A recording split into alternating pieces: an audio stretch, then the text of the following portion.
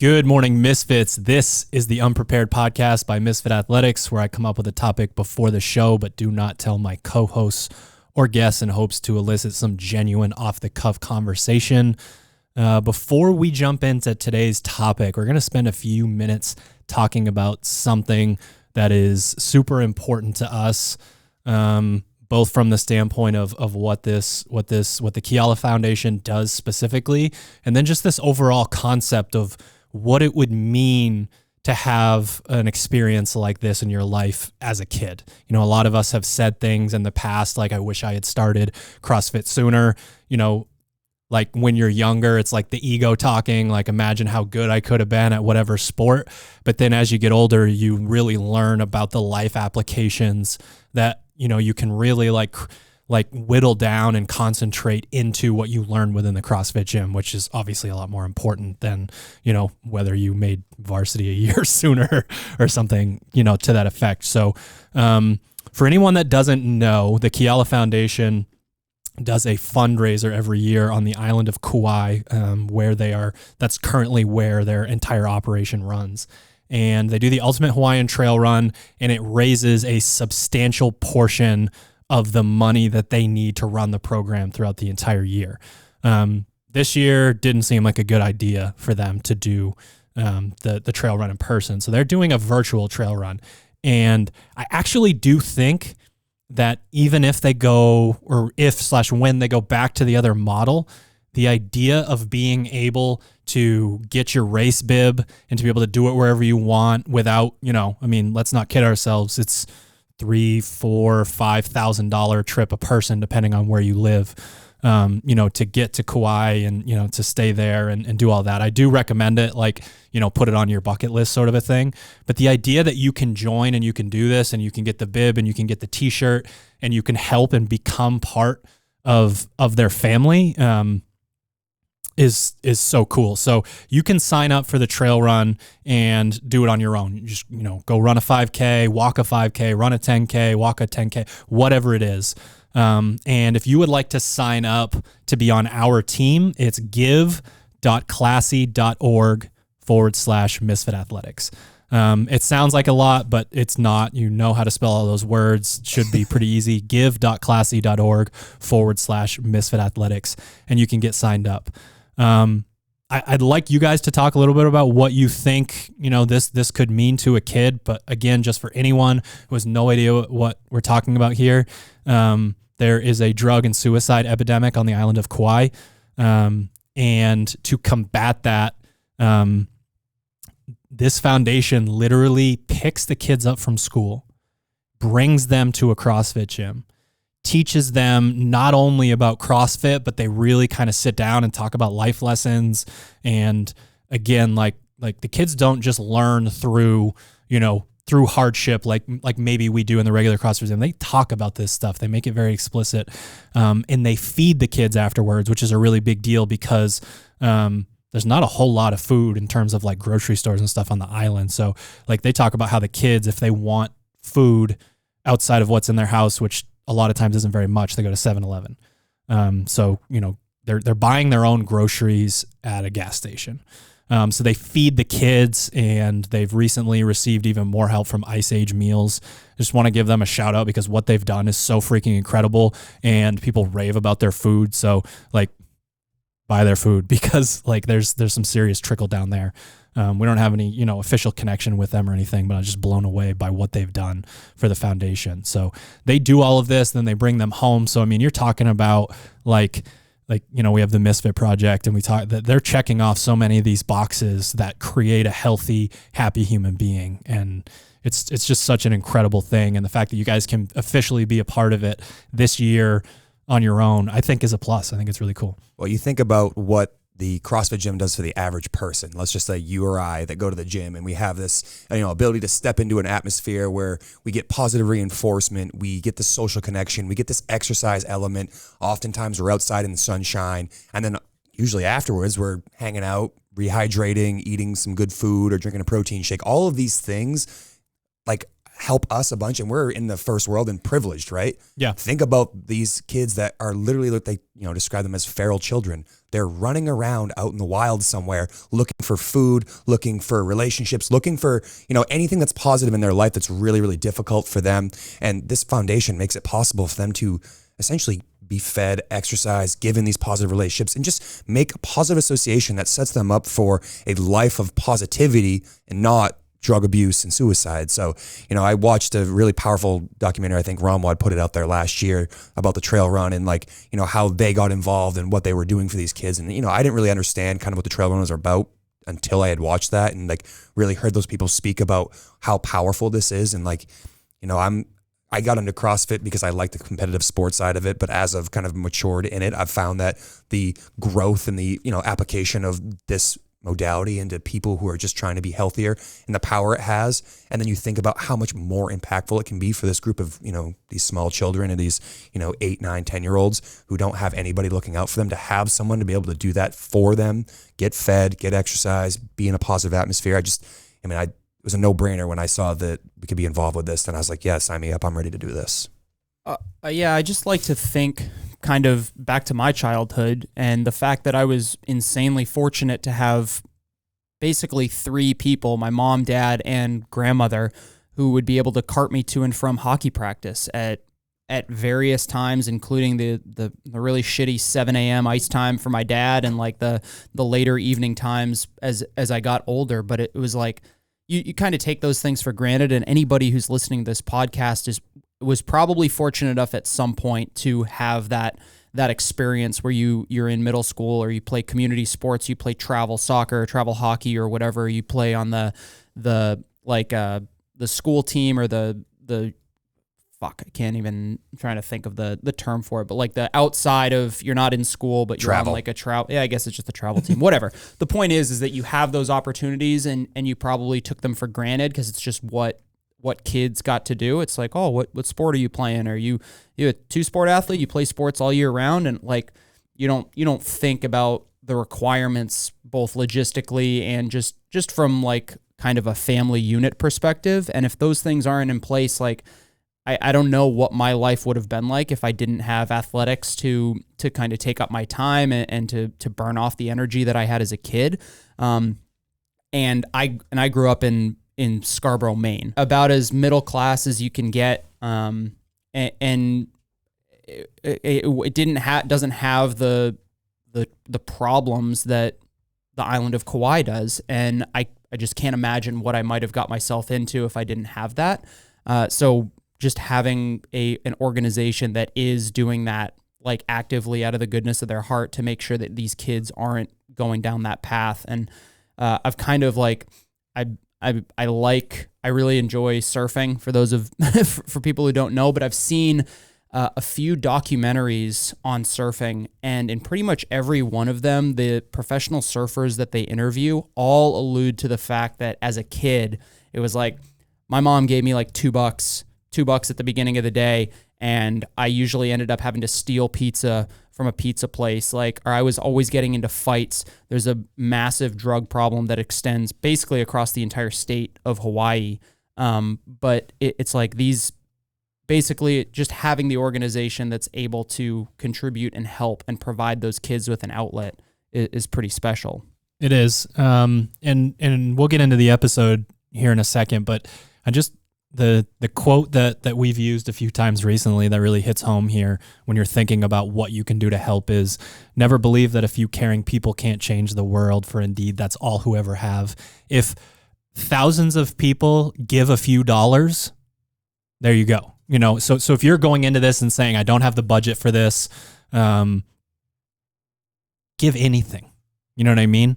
Like if we can really get people to get behind this, $5 and $10, $20 turns into a lot, with the reach, of a podcast like this. So it's really important to think about it from that standpoint. We're also officially adding the Kiala Foundation as a quote unquote brand ambassador to Sharpen the Axe. So if you use the code Kiala at Sharpen the Axe, 10% of your order amount will be sent to the Kiala Foundation. That's great. And that's indefinitely. So just really try to think about these things. There's going to be that checkout button that has the extra donation. If you want to give more than that, you absolutely can. You know, I would flip this around in the other direction. If you're one of those people with a lot of disposable income and you understand what this could mean to these children, like, I don't want to fucking hear it. Get the checkbook out, get the credit card out, do what you got to do, because I've witnessed it firsthand. A lot of times when you donate money to something, you don't know where it goes. You don't know, some of these, they get private jets for people who run some of these organizations. And it's like, I have seen it like in real time. It's incredible. What they do for these kids is so incredible. And actually what the kids do for you when you witness it is pretty incredible as well. So give.classy.org/Misfit Athletics, or any of the other ways that we just mentioned. Get involved with the Kiala Foundation, get involved with the virtual trail run. You won't regret being involved. Okay. Unprepared. Are you ready for the topic? Ready. Not ready. Based weightlifting. Flashbacks. So many flashbacks. Give me percentages or give me death. So I will give a little bit of context here where this is coming from. We get a lot of, so we've got the affiliate side of things. We have the competitor side of things. We have Misfit Anywhere. We have all these different, sort of moving pieces. And I think that because people get used to a certain idea, they think that might be the only idea. Mm-hmm. So the bubble the box that we're trying to put all this stuff in is percentage-based weightlifting, but what fits inside of that is also not percentage-based weightlifting. Like when you guys think of maybe, one of you takes one and one of you takes the other, like when you guys think of percentage-based weightlifting, what do you think of? And then when you think of someone who shouldn't be using percentages, what do you think of? I mean, what comes off the bat with percentage-based weightlifting is like, I have a very specific goal that I'm after, and I know that I want to work on something very directly, and that this program essentially is taking me from, hey, this is where you are and this is where you want to go, and how we get there is developed over the course of, let's say 6 weeks, 8 weeks, or sometimes even 6 months or a year, depending on what your goal is and how far off in the distance that. But it's a scheduled journey. Exactly. There's some sort of rigid feel to it. It's as if someone gives you a roadmap. That's the kind of the way I like to feel. Like if you take this step, you take this turn, and then that turn, and then this turn, you will get to your destination, which is, really the biggest reason why I would suggest that someone uses percentage-based lifting, because they can look at that and say, all right, well, I'm at, let's say, a 300-pound back squat, and I want to go to a 350-pound back squat. Here is a blueprint on how to do that. And, we've seen it time and time and again. That plan does work, but there are also drawbacks to this, because, one thing we've talked about many, many times in various topics is that things aren't black and white. There are shades of like gray with all these things. But when you look at someone who's using percentage-based weightlifting, they're doing it for a purpose. There's thought behind it. It doesn't feel random. There's, a direction it's going. So to me, it's a great place to start someone, once they get the fundamentals down, they understand the basics of it. Let's start a very basic linear progression where 1 week you go here, next week you go 5 pounds heavier, then you go 5 pounds heavier. And then as the athlete develops, we talk about other ways to do that, because there's more than one way to create that adaptation. So, our favorite is always linear progression as like a great place to start. Doesn't mean that's the only way to do it either. Right. And one thing that's important too is linear progression. Like one of the things that we're going to talk about is moving away from percentages probably has something to do with really trying to personalize what you're doing. And linear progression isn't always percentage based. Like starting strength, like one of the things that a lot of people use to, get into lifting in their garage is do something that feels comfortable and add 5 to 10 pounds a week. That's not a percentage based lifting program. So I think it's important just to point that out, that even linear progression isn't always based on percentages. Yeah. Linear is just the consistent, right. Just a consistent change. It's like a trajectory. Yeah. Yeah. For me, when I think about it, especially more now, is I think about kind of the differences from athlete to athlete. And you kind of alluded to it, Sherb, is the idea that it definitely depends on your goal. If you're a CrossFitter, that's going to be different than if you're a weightlifter. I would still say that there's a lot of value in having a high level of GPP for someone who's trying to, max out their snatch and their clean and jerk. There's still a lot of value in that. And then for the CrossFitter, maybe there's a little bit more flexibility when it comes to the percentage-based stuff. But what I think about is the type of athlete that you are. And when we get into kind of the personalization, the 6x3 clean and jerk at 60 to 70% doesn't always work for everybody. A lot of it has to do with your proficiency, 2, muscle fiber type, and 3, just how well you're able to recover and recruit musculature and to, move to the be barbell, successful. right? And Like, move the barbell. Yeah, absolutely. Yeah. And when we're talking about the Olympic lift specifically, there's obviously the massive technique component, because you find me somebody who can out clean and jerk their front squat and jerk separately, or they're going to snatch more than they can overhead squat or snatch grip deadlift. Like, that doesn't happen. So if those things are not happening, where's the disconnect between connecting all those pieces together? And it's the mechanics. When we're talking about a back squat or a deadlift, something that's a little bit more kind of raw and really like strength based and a little bit more physical, then we start to talk about, are you a power athlete? Are you an endurance athlete? What sort of reps and sets, and how high can we push those percentages, quote percentages, or based on feel, whatever it is for you. So I think there's a lot more gray area than maybe previously thought. And we lived in that area for a long time. Like, it was very much like, don't fucking exceed the percentages, and then do it again next week, and don't exceed those percentages, and it'll work. Yeah. The idea that what my 90% feels like and what Sherb's 90% feels like are the same it's insane. And it's especially insane if it's a complicated lift. But like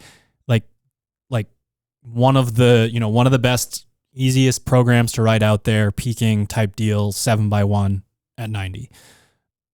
That's my fucking wheelhouse.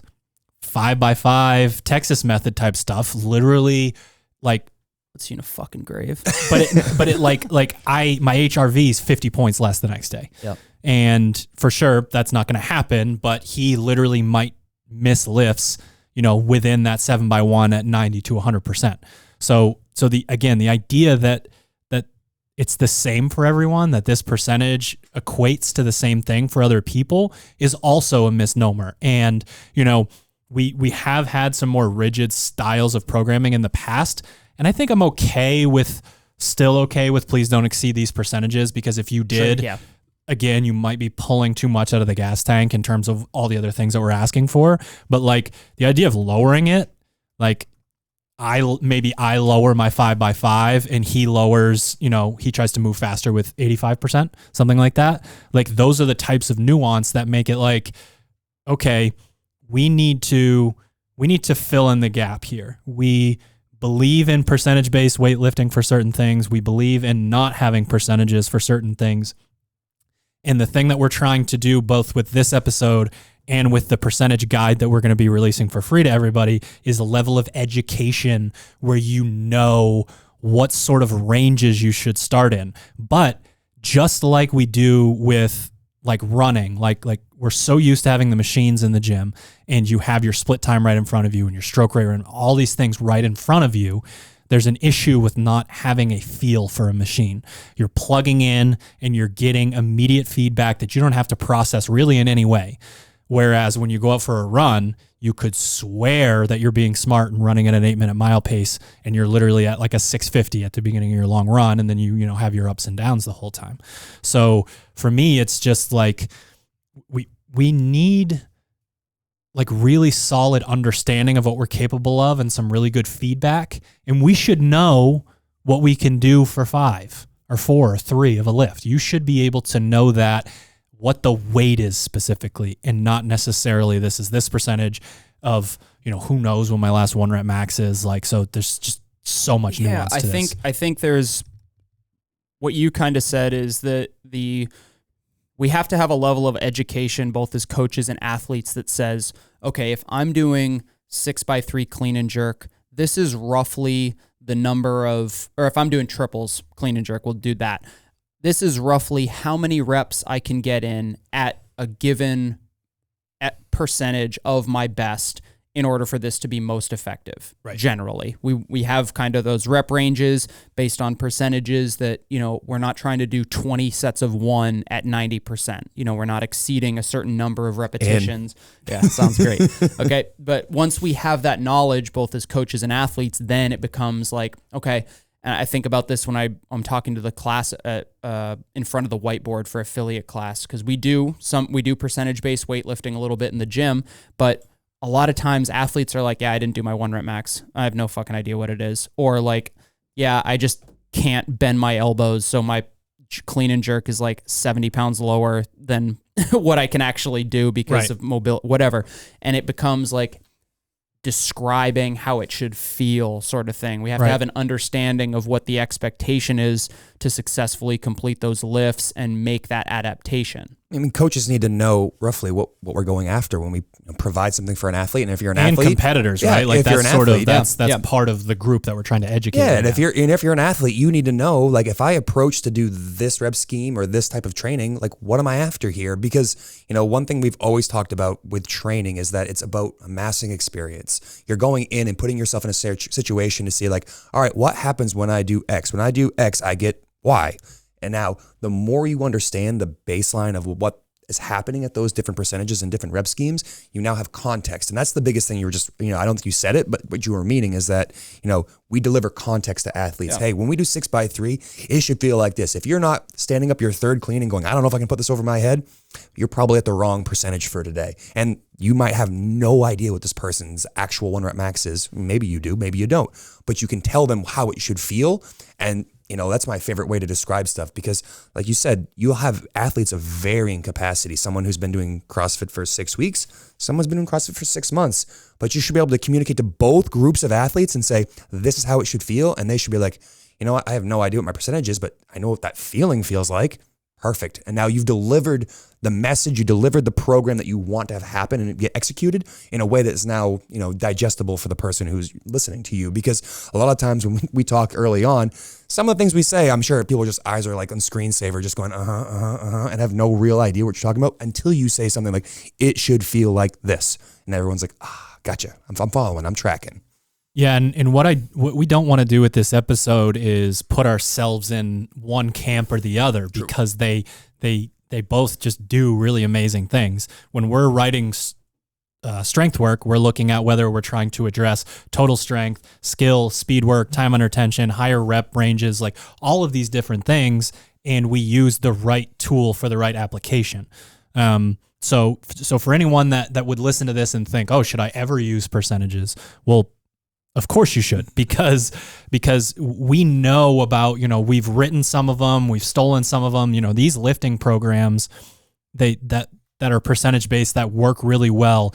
We put them in there even though we are a GPP based programming, because there's something to proof of concept and what it does to your psyche and what it does to your confidence level, that we're saying, yeah, we are going to take 7 weeks out of the entire year to show you what you're capable of when it comes to the snatch.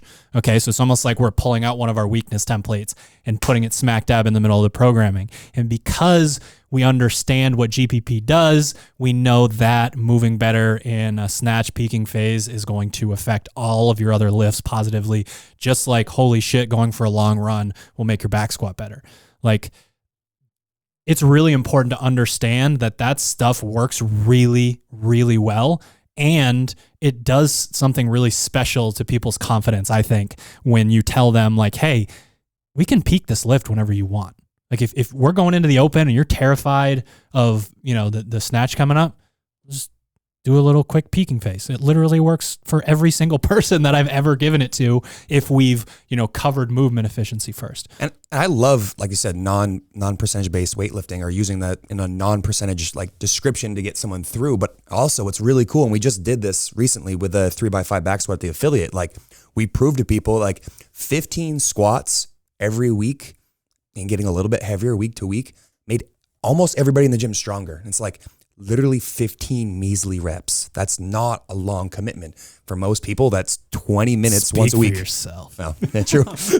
20 minutes once a week. And people are like, holy shit, I put 20, 30 pounds in my back squat. And it's like, I didn't realize going 5 pounds heavier this week and then 5 more pounds next week and then 5 more after that would work as well as it did. But like, that is exactly the kind of thing that we were, trying to show these athletes. And again, it's super cool when someone's brand new to this stuff, they can kind of go into that atmosphere and go, holy crap, like that's all it takes. That's all it is. But what's cool about it too, is it works for brand new people and it works for people who are, 5 or 10 years deep in this stuff. It always works. So it's just kind of cool to like throw that style in every once in a while to be like, listen, you might've been going by feel for a little while, but now we're going to go very, very directly with this. We're going to go one after another down this path. And now look what happens. For me, it's the best way to show someone that, you don't need some crazy elaborate program to make it happen. It's just about putting the work in. Yeah. And there's just this idea that people love when they get a little bit of momentum and confidence to skip steps.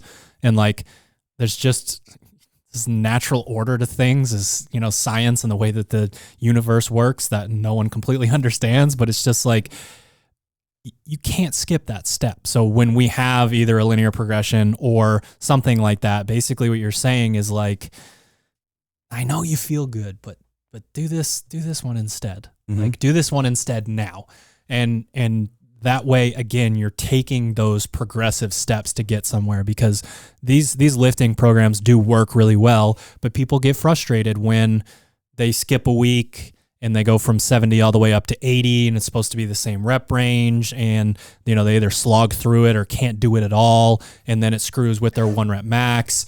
Did you have enough recovery time between the end of the program and your 1 rep max?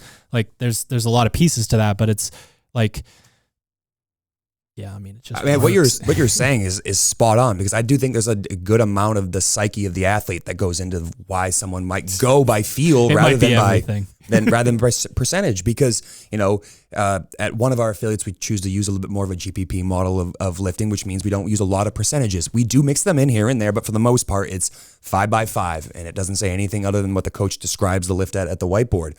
And people will ask us like, where should I start? First thing we do is give context. It should feel like this. Your last 2 reps should be nice and easy, but by the 3rd set, those last 2 reps should be pretty hard.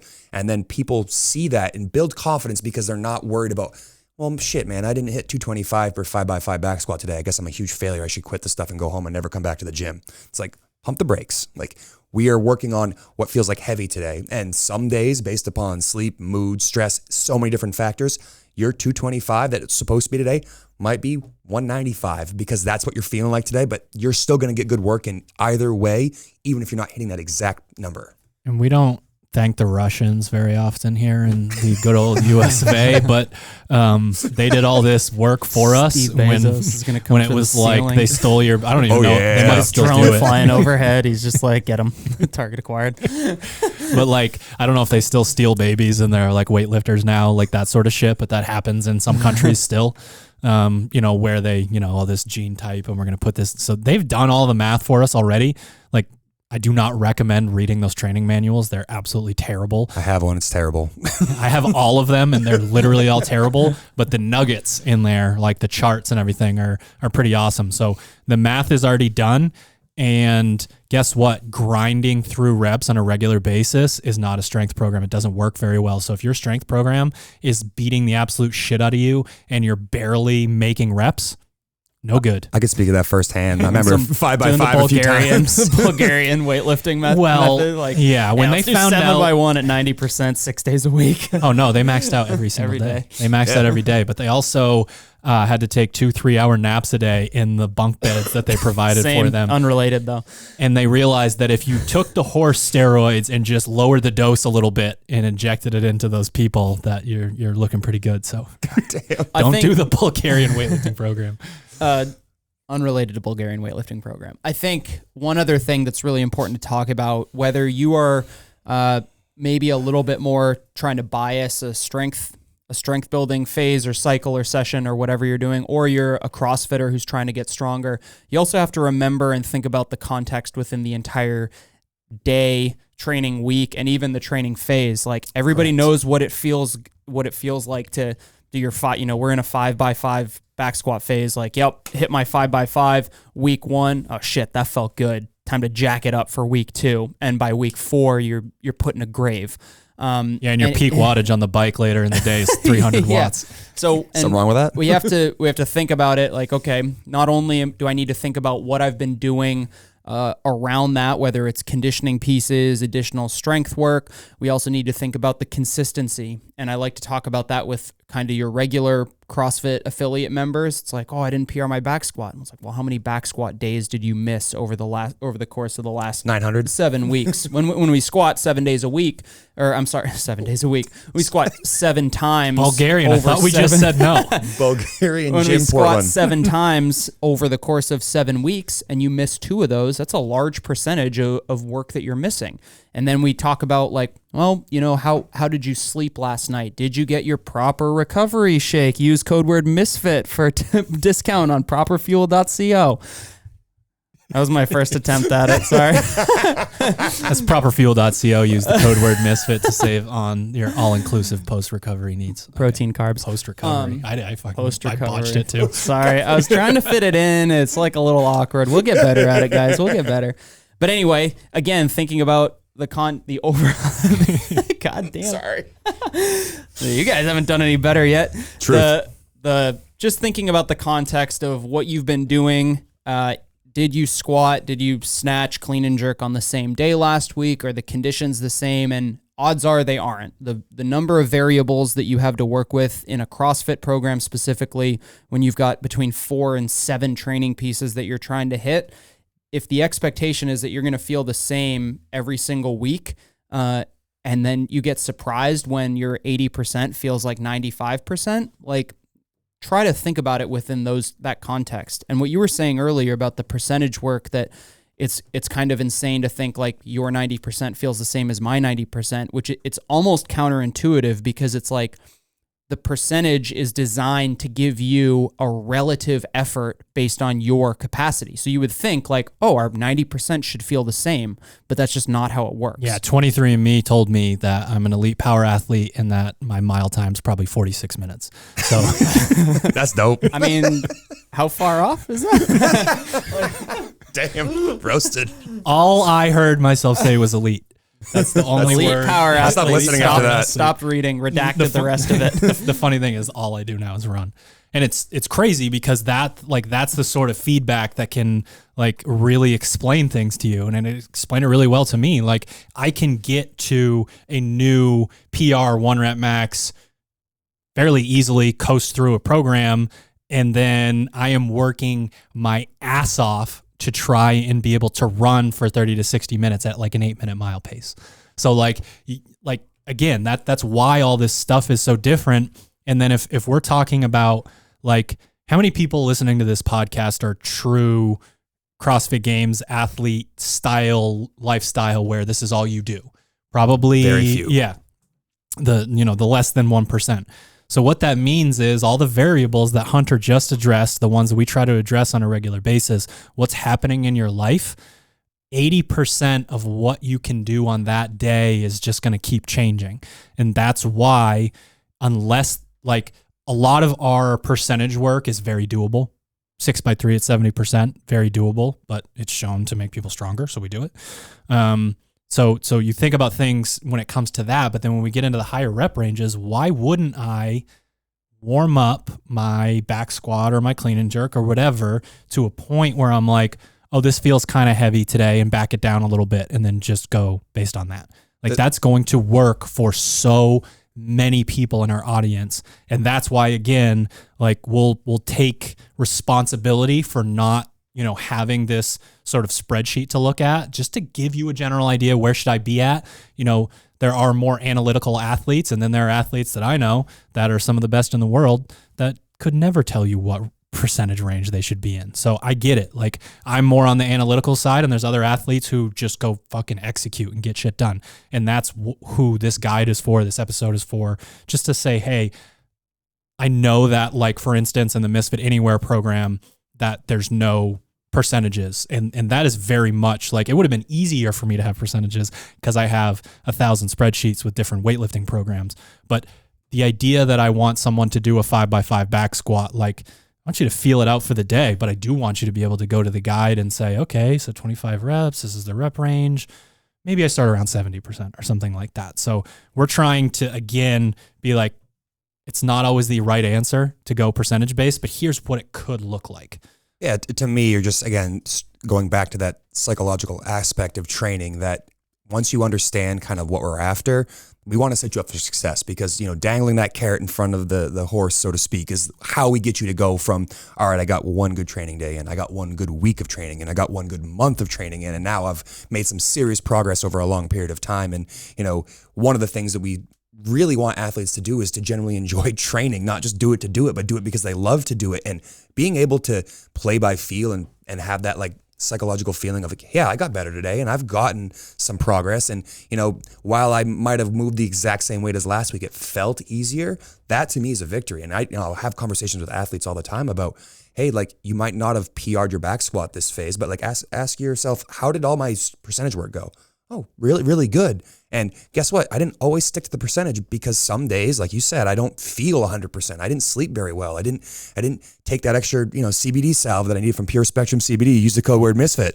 That was way better than mine. We were making fun of Sherb. They couldn't do it. That was way better. But all those factors do matter when it comes time to say, all right, how do things feel and how are things going to go? Because again, I want athletes to be chomping at the bit for that next training piece, that next phase, that next cycle, that next, whatever. Not, man, I keep fucking up and I just can't get through this. The percentages are too high. I can't get through it. Am I supposed to spend 4 hours back squatting? And the answer is no, you should not be spending 4 hours back squatting. I mean, unless that's what you're just doing. It'd be good for more people to do that. But that's the point being that, like, I want to set someone up for success. And that's what to me, this podcast is all about. Like, understanding that both concepts can set you up, and knowing the application for one versus the other is super important, because that's how you get an athlete to continually progress phase after phase after phase. One of the things that we like to do here at Misfit Athletics, and I try to push the boundaries on this as much as possible, and these guys sometimes love it and sometimes hate me, but just this idea that every single thing that we put out should be stress tested by the group. You should get different perspectives. You should have to defend what you're trying to say, even if it's just as an exercise, because it, educates you and everyone else more on what you're doing.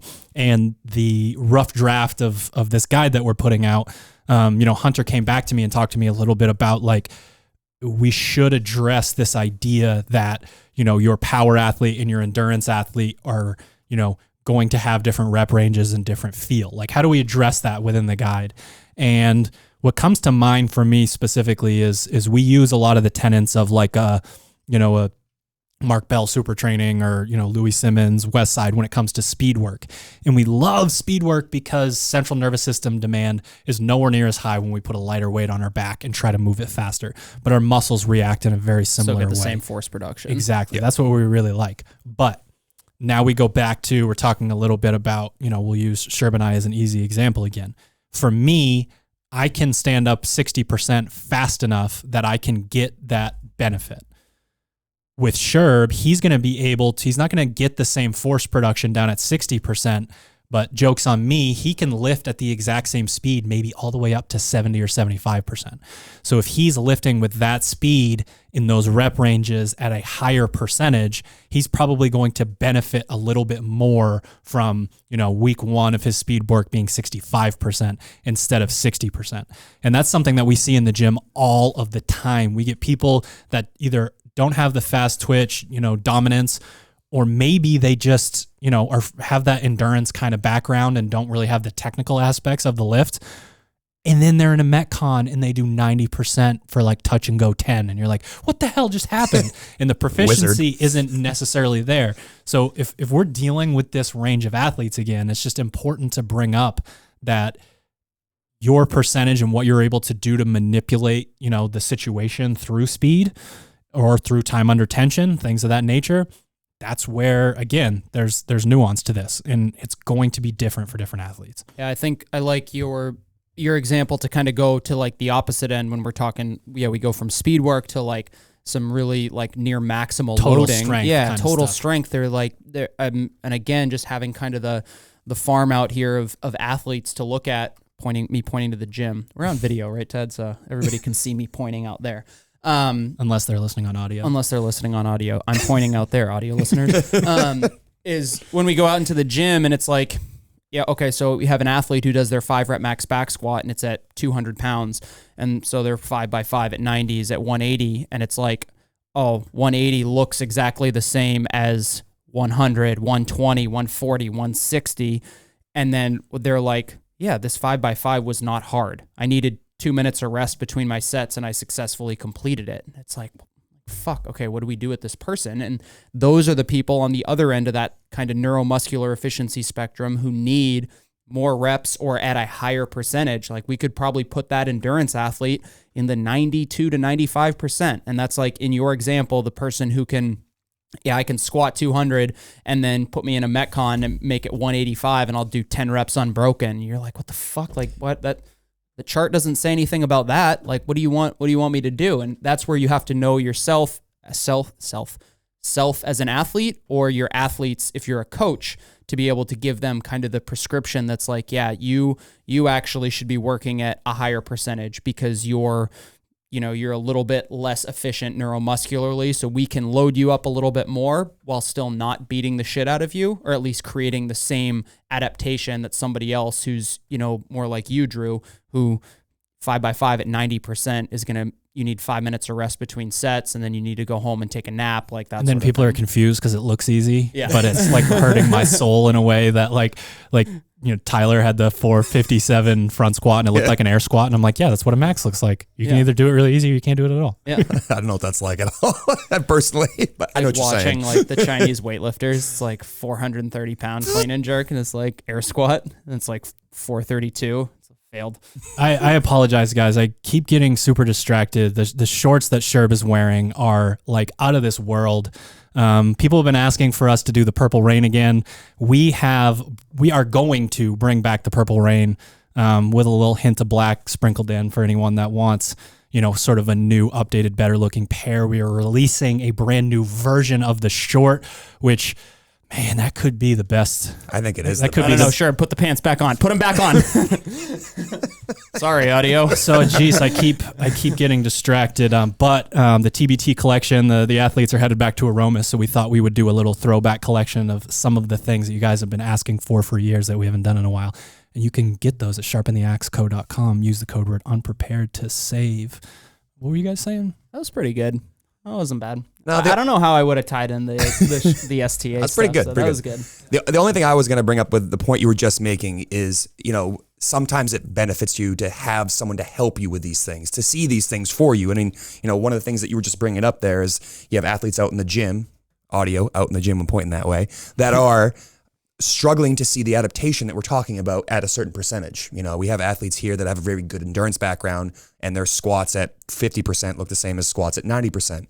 Well, in that situation, that's up to us to be like, all right, this is how it should look. And then you give them a chance to, you video the athlete, you show them like, you need to stand up faster, or you need to focus on this or that. So while it's important to understand the context, it's also really good to have good training partners, good coaches, or someone around you that can give you that feedback. Because, for the longest time with the 5x5, Drew, you would just say something like this, like you're getting through it, but those aren't squats. I don't know what you're doing out in the gym, but those don't resemble squats. My troll for Sherb is always, I ask him what movement he's doing while he's doing it. that was used quite frequently with back squat, but that's exactly the point and why it doesn't transfer for me personally in the past to other lifts. Like, hey, how come you can squat 400, you can deadlift whatever, but you can't clean like 275? What's wrong with you? And it's like, well, I don't know. I don't know how to access my strength, because as much as I understood stick to the percentage or stick to this program, I wasn't doing it the way it was intended. I wasn't hitting the points of performance. So, that's why it's so valuable to have a second set of eyes on you, whether that's a training partner and a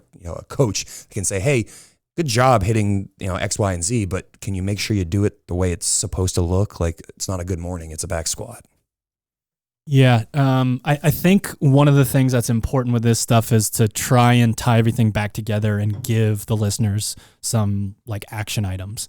And for me, when it comes to why someone isn't getting stronger in a lot of scenarios, it really is just about the fact that they're not moving all that well.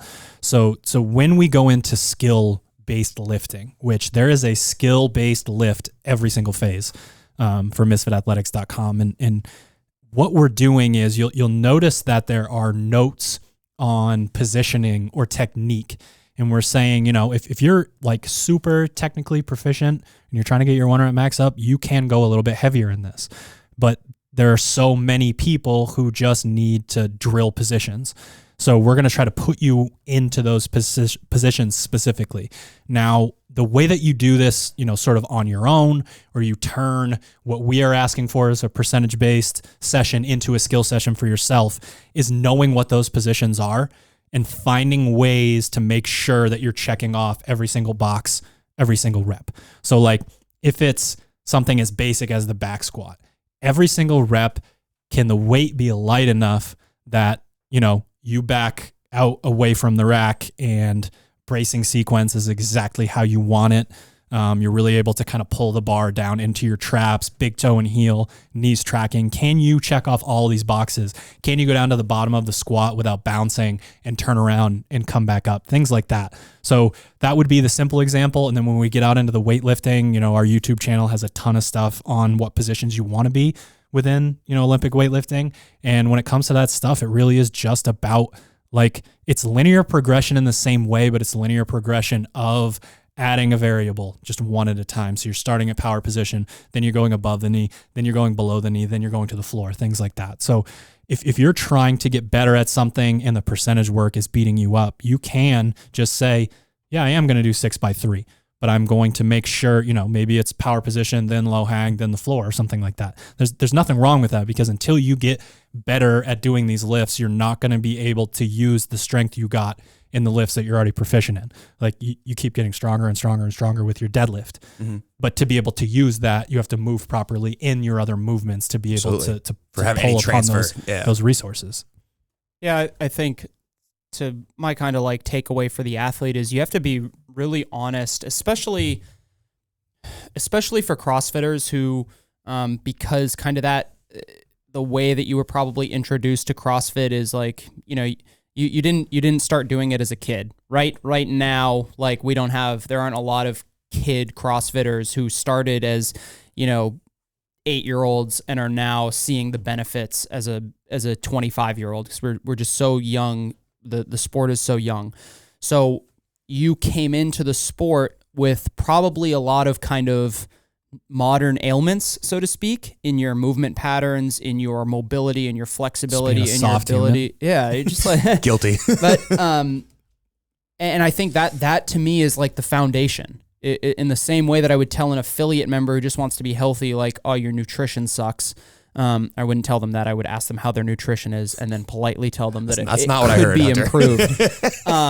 That is the foundation when we were talking about performance, and especially trying to get stronger. Like there's not enough that can be said about putting yourself in the right position, setting yourself up such that you can move as efficiently as possible, especially with the Olympic lifts. Like if you honestly say to yourself, like if you go through an entire snatch or clean and jerk peaking phase, but didn't dedicate any time to improving your T-spine mobility or improving your ankle range of motion, like you're going to have a hard time coming to me and being like, it didn't work. It's like, no, you didn't work. You didn't focus on the right things that you needed to. So we need to expand the conversation beyond the percentages and the feeling of the lifts and stuff, but are you doing all the other little things that, I'm not thinking about like, oh man, my ankle range of motion is great as I'm in the bottom of this squat, this snatch. I'm just like, I make the lift, like I make this third lift at 75%, sweet. We need to be able to address those other things that are probably inhibiting you more than your ability to successfully complete 6x3 at 75%. Yeah, you're just speaking to the details, thinking that we talk, with high-level athletes, that they recognize that we try to get other people to recognize as well. Like you go out and you talk to Austin or Caroline and you say, how did your back squat go? It's like, great, I actually did a better job of keeping my big toe on the floor during my sets, and all of a sudden I had a better squat day. That's the kind of information that once you get those basics down and you understand, hey, I sit down, stand up, I want my hips to go, at the same rate as my shoulders, little things like that. When you start to recognize those little, habits, or, hey, I didn't bring my hips forward into the bar in the snatch today and I caught it rock solid at the bottom. That is you picking up on those higher level things that we want you guys to be concerned about as you get more and more advanced in this, this domain is, can you recognize those little nuggets or those little pieces that are getting a little bit better and being excited about that because at the end of the day, it's not always about pass or fail. It's about those little things that you've picked up or have improved upon in your session and, amassing those 1% gains over time. And that's how you say, all right, this back squat cycle took me from a 325 back squat to a 345 back squat because not only did I do all the work, but I paid attention and learned a few things about myself and how I moved throughout the entire 7-week phase. So there's a lot more to it than just like pass or fail. There's a lot of other things you should be thinking about as you go through. And it's not meant to overwhelm you, but there are always something you can focus on for the day. This is something we do at affiliate level all the time. Hey, with today's snatch work, you're not going to pull the bar any higher than your belly button. You're going to pull yourself under the bar. That's all we're going to focus on. And when athletes are like, holy shit, I just added 5 pounds to my max, like, because I understood that it's no longer just rip the bar as high as I can, but pull the bar just high enough that I can pull myself underneath it. That's what we're going for as coaches. You didn't get stronger in that 60-minute class. You just figured something out. Exactly. Yeah. I think, before we go into final thoughts, the one... Fuck, that was my final thought. The one you're going to... Dude, you're going to have to... You can't use proper fuel. Yeah, damn it. That's no good. That's a good closeout. Yeah, the final thing for anyone that's still maybe scratching their head a little bit is we can back this out to what is our overall goal here? We are trying to get better at the sport of CrossFit. That's what we're coaching in 9 scenarios out of 10 for the listeners of this podcast. So we have 1 rep maxes, which show up not that often. And we have high rep range lifting that goes into each phase.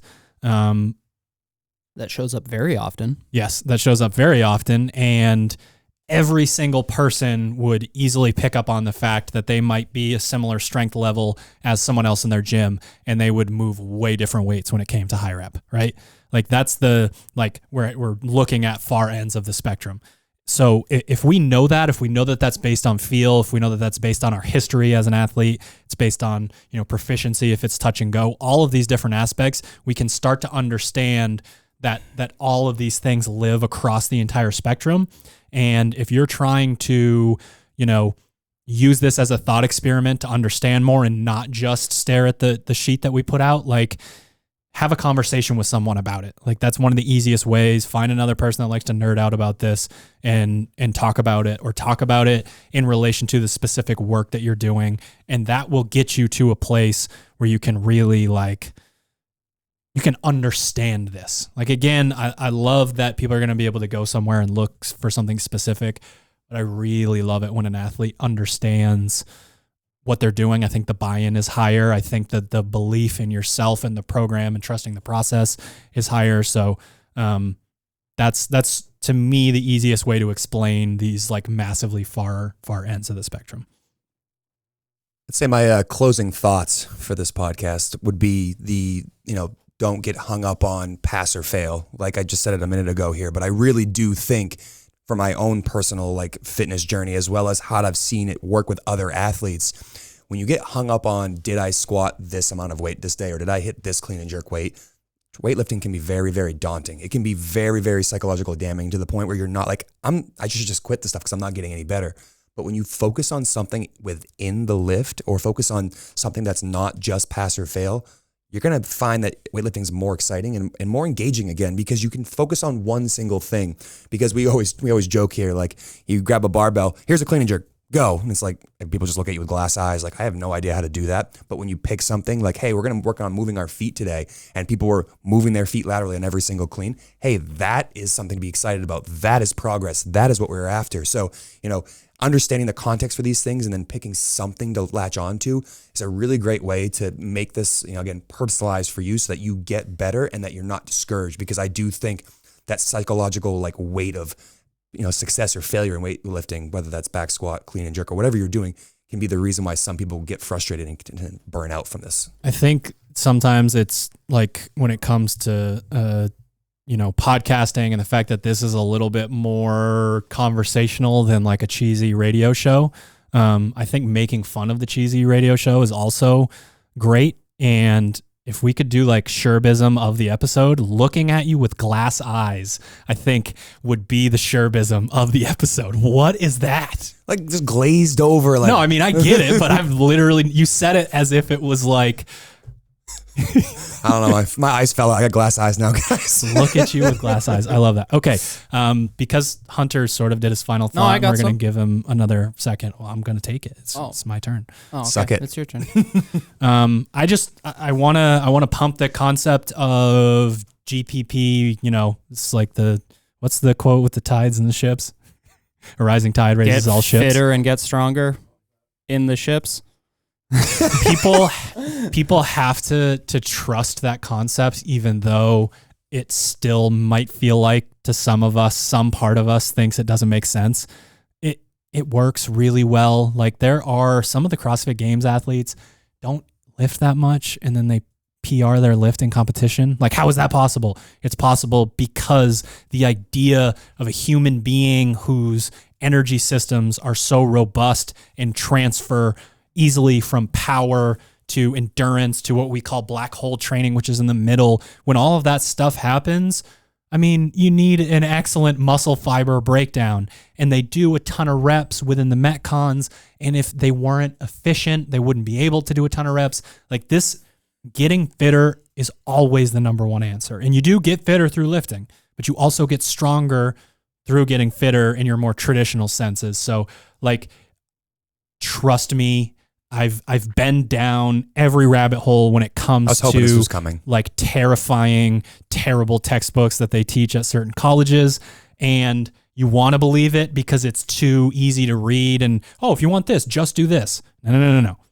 If you want it all, do it all. And it comes back together and it works really well. So like, don't get hung up on the tiniest of details when you're trying to, you got that one lift left that won't go up. Like, get way fitter, make sure you're moving well, and it will take care of itself. But if you keep stressing over it and obsessing over it and stopping programs halfway through and, this isn't enough reps, so my 5x5 is 5x10, and that felt easy, so I'm going to do 1x10 instead of my my final sets of 5, stuff like that. Just don't do that. Yeah, my final thoughts are more kind of on give yourself the baseline knowledge of where these initial ideas come from. And that, to me, that's going in and reading or looking up articles. Get familiar with why, we do 10 sets of 3 at 40%.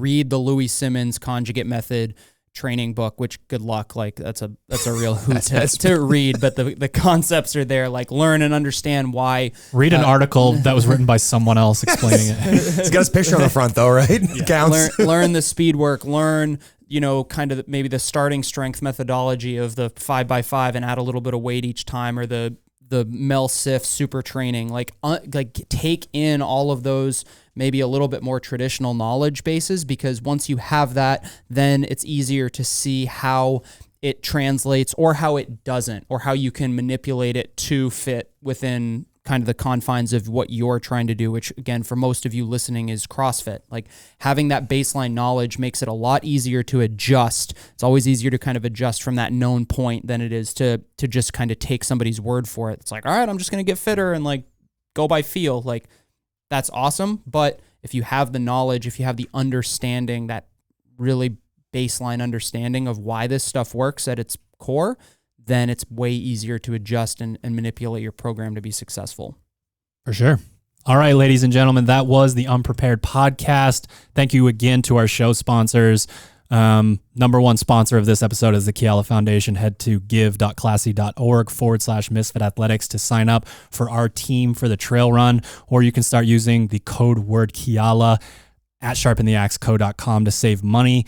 We tried to work the podcast sponsors into the show so you guys didn't have to either fast forward or not pay attention there at the beginning, but we threw some jokes in there to make it fun. But in reality, the sponsors of this podcast are things that every single person in this room uses on a regular basis. So PureSpectrumCBD.com, use the code word Misfit, SharpenTheAxeCo.com, use the code word Unprepared, and ProperFuel.co, use the code word Misfit to save on your first order. As always, I'm at Misfit Coach on Instagram. Slide into those DMs. Let me know what you thought of the episode and what you would like to hear next. We'll see you next time.